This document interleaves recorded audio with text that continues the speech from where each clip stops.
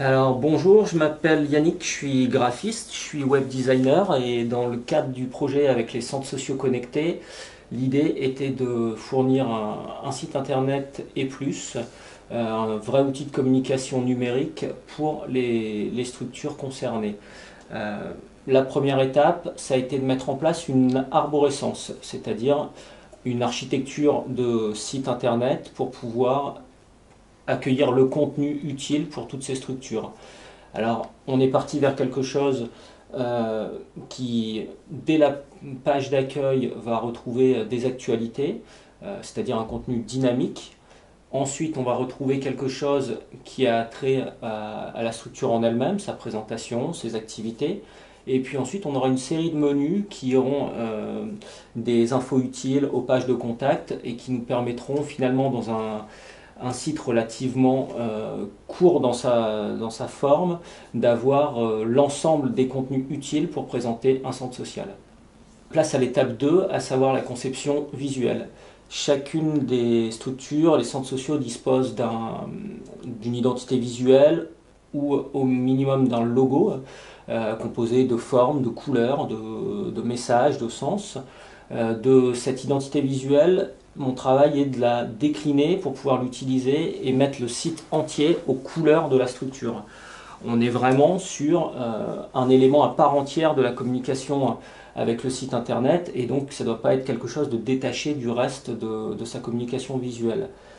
À partir de là, une fois ces écrans réalisés, l'écran de la page d'accueil, l'écran de la page de contact, etc., avec l'intégration des premiers contenus texte et des images, on va se rencontrer avec les référents de structure, directeurs, directrices, avec les chargés de communication, et puis pouvoir échanger, discuter, savoir si ces écrans répondent bien à leurs demandes. Une fois la validation, place à l'étape 3. Alors les visuels sont prêts, il est temps de passer à la suite, à savoir concevoir un site internet, c'est-à-dire l'étape de codage. Faire de ces visuels un site internet avec des boutons, avec des menus déroulants, avec des changements de couleur quand on survole une zone. Tout ça nous permet d'aller tout doucement vers la partie finale et la mise en ligne. À partir de là, il y avait une deuxième chose très importante, c'est de livrer un site internet qui soit administrable et donc qui soit pris en main par la structure. Pouvoir continuer à modifier, ajouter, corriger le contenu, texte, images, vidéo. Tout ça, c'est possible. Et une solution de type WordPress a été choisie pour justement cette facilité de prise en main. Encore une fois, il faut que les actualités soient régulières, il faut que le site reste dynamique sur la durée. Cette solution a été choisie et on a été vers une formation avec les structures pour qu'elles puissent s'en emparer et le faire vivre. Place à la mise en ligne. Un site à l'image des structures et proche des habitants, c'est ce qui était souhaité. Et maintenant, rendez-vous sur Internet.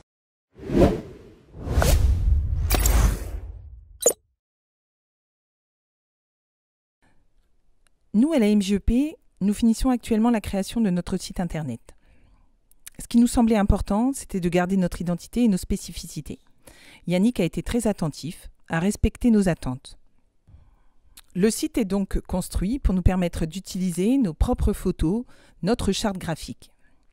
Un exemple, nous voulions une déclinaison de nos activités par type d'activité et non pas comme le font la plupart de mes collègues par tranche d'âge. Yannick a bien compris nos attentes et nous a permis de respecter ce choix.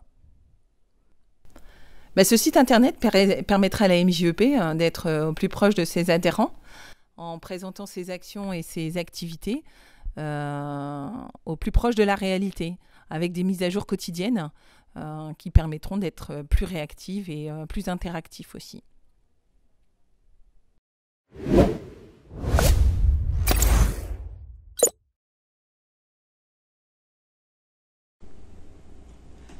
Écoute Yannick, merci d'être venu au Centre social et culturel.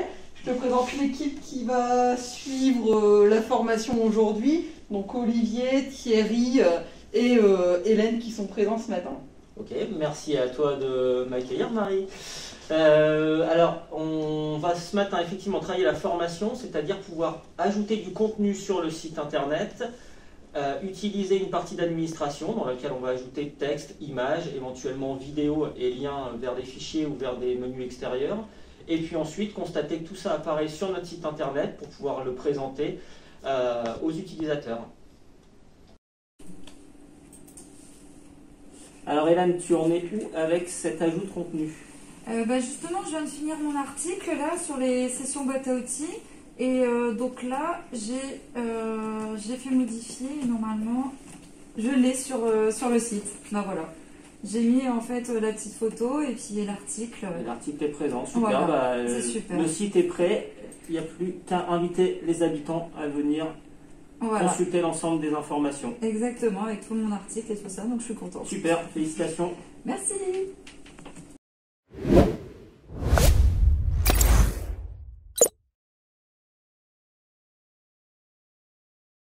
Avec mon centre social dans ma poche, c'est toutes les informations utiles disponibles 24 heures sur 24 et 7 jours sur 7 depuis un PC, un téléphone ou encore une tablette.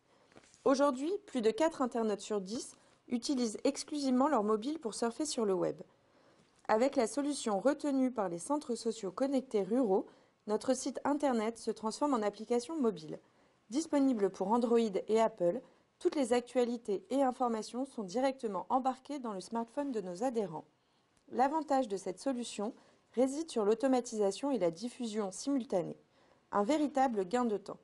Créez un article et diffusez-le sur tous les supports, site internet, application mobile et même page Facebook. L'autre avantage, ce sont les notifications, aussi efficaces que les SMS. Les notifications nous permettent de relancer ou informer nos adhérents et ainsi les renvoyer directement vers l'information ciblée. Par exemple, nous pouvons notifier de l'ouverture des inscriptions en ligne. Pour les personnes peu à l'aise avec le digital, l'application leur permet d'avoir accès à notre contenu en un clic. Fini de naviguer et de chercher sur Internet, le centre social est juste dans votre poche.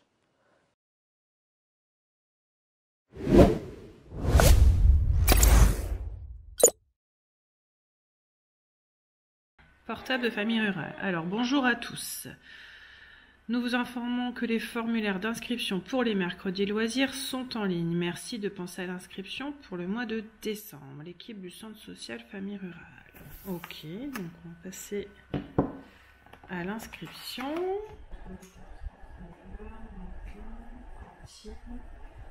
Après-midi et garderie du soir. Ok, envoyé. Votre préinscription a bien été envoyée. Donc c'est très rapide. Hop. J'ai déjà reçu mon mail qui me dit que la préinscription est bien envoyée. Donc l'inscription en ligne, c'est vraiment très pratique. C'est vrai que quand on travaille tous les deux, c'est difficile de se rendre au siège de l'association avec les horaires que l'on a. En plus, ça n'empêche pas, si on a besoin, de pouvoir contacter les responsables du centre.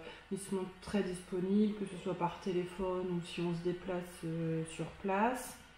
En plus, à chaque centre aéré, on a la possibilité de rencontrer les animateurs le matin, le soir. Ils sont très disponibles pour discuter ou pour toute question que l'on peut avoir.